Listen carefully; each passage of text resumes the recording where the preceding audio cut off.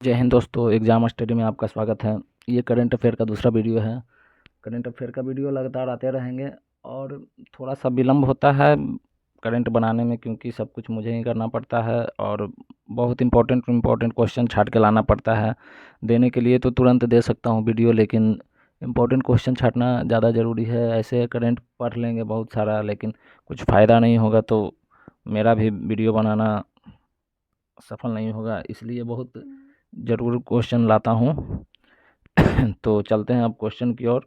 अगर अच्छा लगे मेरा चैनल तो लाइक शेयर सब्सक्राइब कीजिएगा और ज़्यादा से ज़्यादा दोस्तों के पास भेजिएगा ताकि वो भी ये इम्पोर्टेंट क्वेश्चन पढ़ सकें। तो आइए चलते हैं पहला क्वेश्चन की ओर। हाल ही में किस भारतीय क्रिकेटर को Laureus world comeback of the year award से नामित किया गया? तो ऋषभ पंत को Laureus world comeback of the year award से नामित किया गया, क्योंकि ऋषभ पंत दोस्तों एक एक्सीडेंट हो गया था उनका 2022 में, सड़क दुर्घटना हो गया था, जिस कारण वो कुछ दिन तक क्रिकेट से बाहर रहे और क्रिकेट से बाहर होने के बाद जब वो वापसी किए तो अच्छा कमबैक किए, इसलिए उनको Laureus world comeback of the year award से सम्मानित किया गया। दूसरा क्वेश्चन में हम लोग आते हैं। दूसरा क्वेश्चन है कि हाल ही में भारतीय रिजर्व बैंक को किस प्रकार पुरस्कार से सम्मानित किया गया? तो हाल ही में रिजर्व बैंक को पुरस्कार से सम्मानित किया गया वो है digital transformation award 2025। Digital transformation award दिया जाता है डिजिटल बैंकिंग के भुगतान के क्षेत्र में दिया जाता है, जिसमें आधुनिक तकनीक से डिजिटल ट्रांसफॉर्मेशन अवार्ड के लिए नामित किया गया। आधुनिक तरीकों से बैंकिंग को आगे बढ़ाने के लिए, भुगतान करने के लिए उसे दिया गया, तो इसलिए इसका आंसर हो जाएगा डी, डिजिटल ट्रांसफॉर्मेशन अवार्ड 2025 से नामित किया गया। अब चलते हैं हम लोग तीसरा क्वेश्चन की ओर। तीसरा क्वेश्चन है, हाल ही में किस देश ने मोजी नाम का दुनिया का पहला क्वांटम कम्युनिकेशन सैटेलाइट लॉन्च किया? क्वांटम सैटेलाइट जो है दोस्तों ये चाइना ने किया है, चीन ने किया है। इसका सही आंसर हो जाएगा चीन ने मोजी नामक पहला क्वांटम कम्युनिकेशन सैटेलाइट लॉन्च किया, जो सुरक्षित और हाई स्पीड डेटा ट्रांसमिशन के क्षेत्र में क्रांतिकारी बदलाव ला सकता है। तो इसका आंसर हो जाएगा चाइना। अब चलते हैं चौथा नंबर क्वेश्चन पे। हाल ही में शिक्षा मंत्रालय द्वारा किसके लिए प्रधानमंत्री योजना पीएम युवा 3.0 शुरू की गई है? तो ये किया गया है युवा लेखक पीएम युवा 3.0 युवा लेखक के द्वारा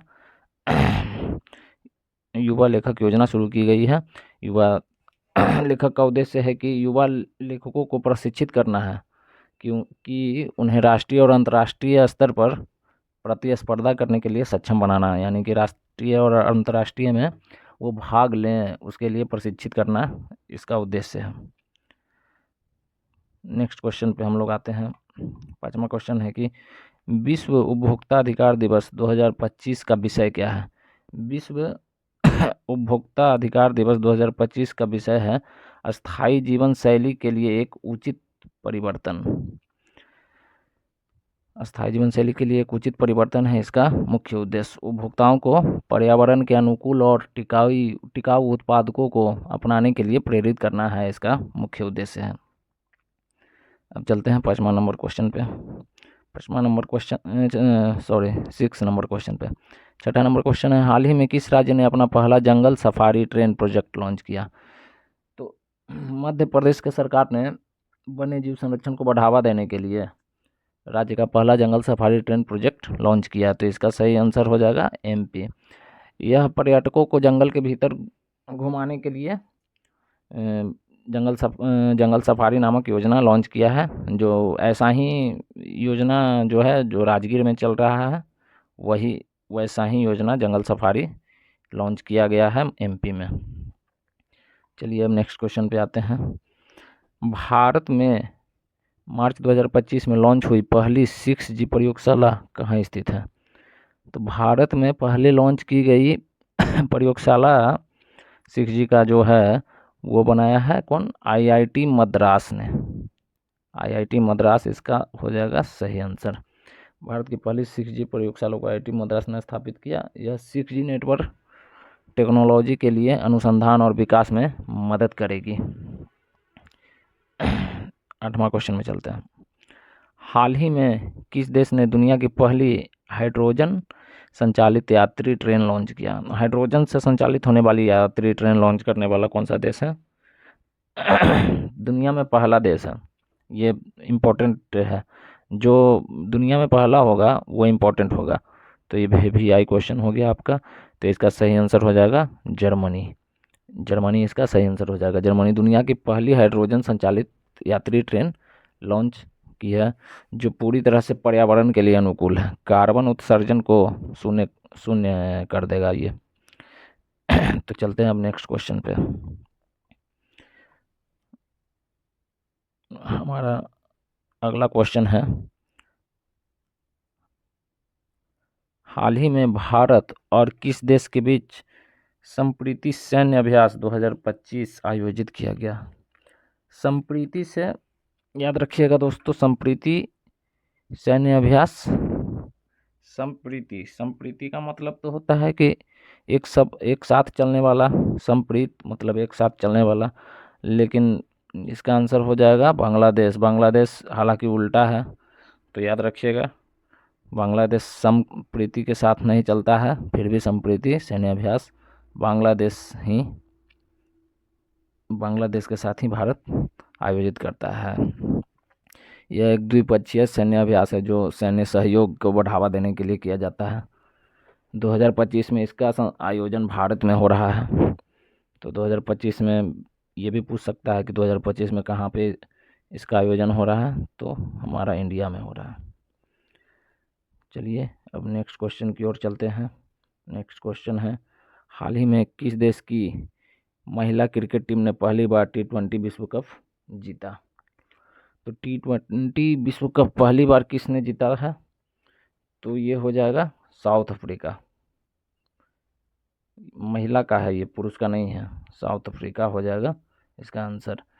हालांकि साउथ अफ्रीका का पुरुष टीम ने अभी तक एक भी ICC ट्रॉफी नहीं जीता है, लेकिन महिला ने T20 में पहला विश्व कप जीत लिया है। महिला यहाँ पे आगे है साउथ अफ्रीका में। तो दक्षिण अफ्रीका की महिला की टीम ने पहली बार T20 विश्व कप जीता। यह एक ऐतिहासिक उपलब्धि है साउथ अफ्रीका के लिए। नेक्स्ट क्वेश्चन पे चलते हैं। नेक्स्ट क्वेश्चन है हमारा, हाल ही में किस भारतीय शहर को यूनेस्को सिटी ऑफ लिटरेचर का दर्जा मिला?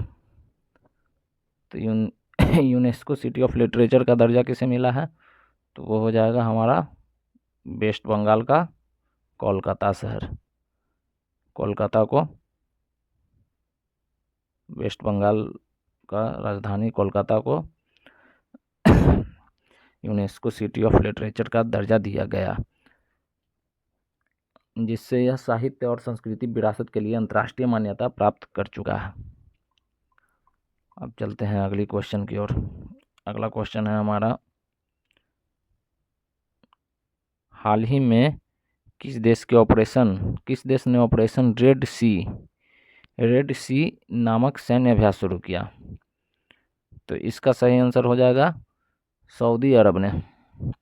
सऊदी अरब ने रेड सी नामक सैन्य अभ्यास शुरू किया है, जिसका उद्देश्य है रेड मतलब लाल सी मने सागर।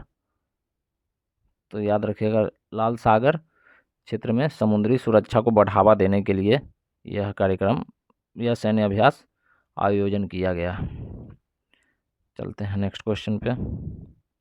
हमारा अब नेक्स्ट क्वेश्चन है कि किस राज्य ने हाल ही में मुख्यमंत्री महिला स्वरोजगार योजना शुरू की?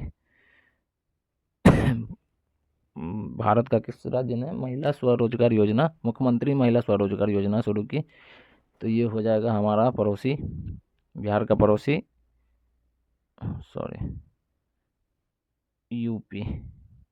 यूपी हो जाएगा, जहां मुख्यमंत्री महिला स्वरोजगार योजना आयोजित की गई। उत्तर प्रदेश सरकार ने महिलाओं को आत्मनिर्भर बनाने के लिए मुख्यमंत्री महिला स्वरोजगार योजना शुरू की, जो छोटे व्यवसायों के लिए वित्तीय सहायता प्रदान करता है। छोटे व्यवसाय के लिए, जैसे उद्योग धंधों के लिए या छोटे मोटे कारोबार के लिए यह वित्तीय सहायता उपलब्ध करवाएगी। तो इसका आंसर हो जाएगा उत्तर प्रदेश। अब चलते हैं क्वेश्चन 14 में। हाल ही में भारत के किस देश के साथ ग्रीन एनर्जी पार्टनरशिप समझौता किया गया?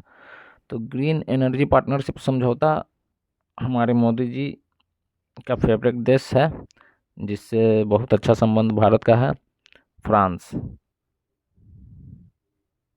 फ्रांस है जिसके साथ ग्रीन एनर्जी पार्टनरशिप समझौता किया गया।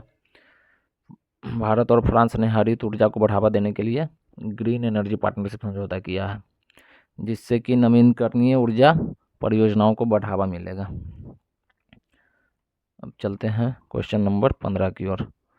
क्वेश्चन नंबर 15 क्या कहता है, देखते हैं। हाल ही में किस बैंक ने डिजिटल मुद्रा भुगतान प्रणाली शुरू की? हाल ही में किस बैंक ने डिजिटल मुद्रा भुगतान प्रणाली शुरू की? तो ये हो जाएगा H D F C bank ने भारत में डिजिटल मुद्रा प्रणाली CBDC लॉन्च की, जो डिजिटल लेन देन को और आसान बनाएगी। डिजिटल लेन देन को और आसान बनाने के लिए ये डिजिटल मुद्रा प्रणाली CBDC शुरू की गई। तो इसका आंसर हो जाएगा HDFC बैंक। चलिए अब 5 क्वेश्चन हम लोग देखते हैं बिहार से संबंधित। बिहार दिवस था आज, तो बिहार से संबंधित देखते हैं अब क्वेश्चन। बिहार दिवस किस तिथि को मनाया जाता है? तो आप लोग को तो पता ही होगा, बिहार दिवस 22 मार्च को मनाया जाता है। अब आप लोग को ये बोला जाएगा कि बिहार दिवस, बिहार अलग कब हुआ था जो बिहार दिवस मनाया जाने लगा? तो 22 मार्च 1912 को बिहार अलग हुआ था बंगाल से। चलिए नेक्स्ट क्वेश्चन पे अब चलते हैं। बिहार दिवस 2025 का थीम क्या है? बिहार दिवस 2025 का थीम रखा गया है उन्नत बिहार विकसित बिहार। ये 2025 का थीम है, उन्नत बिहार विकसित बिहार, याद रखिएगा। बिहार SSC BPSC या बिहार से संबंधित जो भी एग्ज़ाम है उसमें ये सब क्वेश्चन आने का बहुत चांस है। नेक्स्ट क्वेश्चन पे चलते हैं। बिहार दिवस पहली बार आधिकारिक रूप से कब मनाया गया? ये इम्पोर्टेंट क्वेश्चन है। बिहार दिवस पहली बार आधिकारिक रूप से कब मनाया गया? यानी कि पहले बिहार दिवस मनाया जाता था, लेकिन उस तरह से आधिकारिक रूप से नहीं मनाया जाने लगा, लेकिन 2010 से ये आधिकारिक रूप से मनाया जाने लगा और बिहार सरकार 22 मार्च को अवकाश देता है। बिहार दिवस के अवसर पे अवकाश दिया जाता है। तो चलते हैं नेक्स्ट क्वेश्चन पे। बिहार दिवस के अवसर पर 2025 में बिहार सरकार ने किस क्षेत्र में बड़ा निवेश करने की घोषणा की? तो बिहार में किस क्षेत्र पर बड़ा निवेश करने की घोषणा की? तो वो हो जाएगा फिल्म सेक्टर, फिल्म इंडस्ट्री पे बड़ा निवेश करने की घोषणा की है। राजगीर में 200 एकड़ ज़मीन पर अत्याधुनिक फिल्म सिटी का निर्माण किया जा रहा है। उसमें सभी कुछ होगा। बिहार में फिल्म बनाने के लिए एक अच्छा फिल्म सिटी बनाया जा रहा है कि अब बिहार में भी अच्छी अच्छी फिल्म बने। चलिए अब चलते हैं क्वेश्चन नंबर 20 पे। बिहार दिवस 2025 के मुख्य समारोह का आयोजन किस शहर में किया गया? तो मुख्य कार्यक्रम का आयोजन किया गया कहाँ? तो बिहार की राजधानी पटना में, पटना के गांधी मैदान में। लिखने में थोड़ा सा अभी दिक्कत आ रहा है दोस्तों, क्योंकि अभी मेरा ऑर्डर किया हुआ पेन अभी आया नहीं है। कुछ दिन में ये सब प्रॉब्लम भी सॉल्व होने का संभावना है। और मुझे बोलने में थोड़ा सा दिक्कत हो रहा है, क्योंकि अभी तबीयत ठीक नहीं है और आप लोग के लिए वीडियो बनाना पड़ रहा है, क्योंकि आप लोग मेहनत कर रहे हैं जी जान से। तो ये वीडियो आप लोग के लिए बहुत ही उपयोगी होगी। आप लोग अच्छे से मेहनत कीजिए और अपना अच्छा कीजिए। और मेरा कोई भी बात गलत लगे या कुछ लगे तो कमेंट करके बताइएगा, ज़्यादा से ज़्यादा लोगों को शेयर कीजिएगा। अभी तो मैं नया हूँ इस चैनल पे, ऑफलाइन पढ़ाने का एक्सपीरियंस है, ऑनलाइन में थोड़ा सा दिक्कत होता है। बार बार ये आप लोग को बता देता हूँ कि नए लोग जो देखेंगे ये तो कहेंगे कि बहुत सारा कमी है। देखिए फ्रेंड, एक चीज़ मैं बताता हूँ कि कंटेंट पे ध्यान दीजिए। मेरा बोलने का आवाज़ तरीका इस पे ध्यान नहीं दीजिए, कंटेंट पे ध्यान दीजिए। तो कंटेंट अच्छा लगे तो देखिए वीडियो, एंजॉय कीजिए, तैयारी कीजिए अच्छा से और पढ़िए, लोगों में शेयर कीजिए, उनको भी जानकारी होगा और अच्छी तरह से एग्ज़ाम की तैयारी कीजिए। ठीक है, अब मिलता हूँ अगले क्लास में, तब तक के लिए बाय। अपना ख्याल रखिए, पढ़ाई कीजिए अच्छे से। चलिए बाय, गुड नाइट।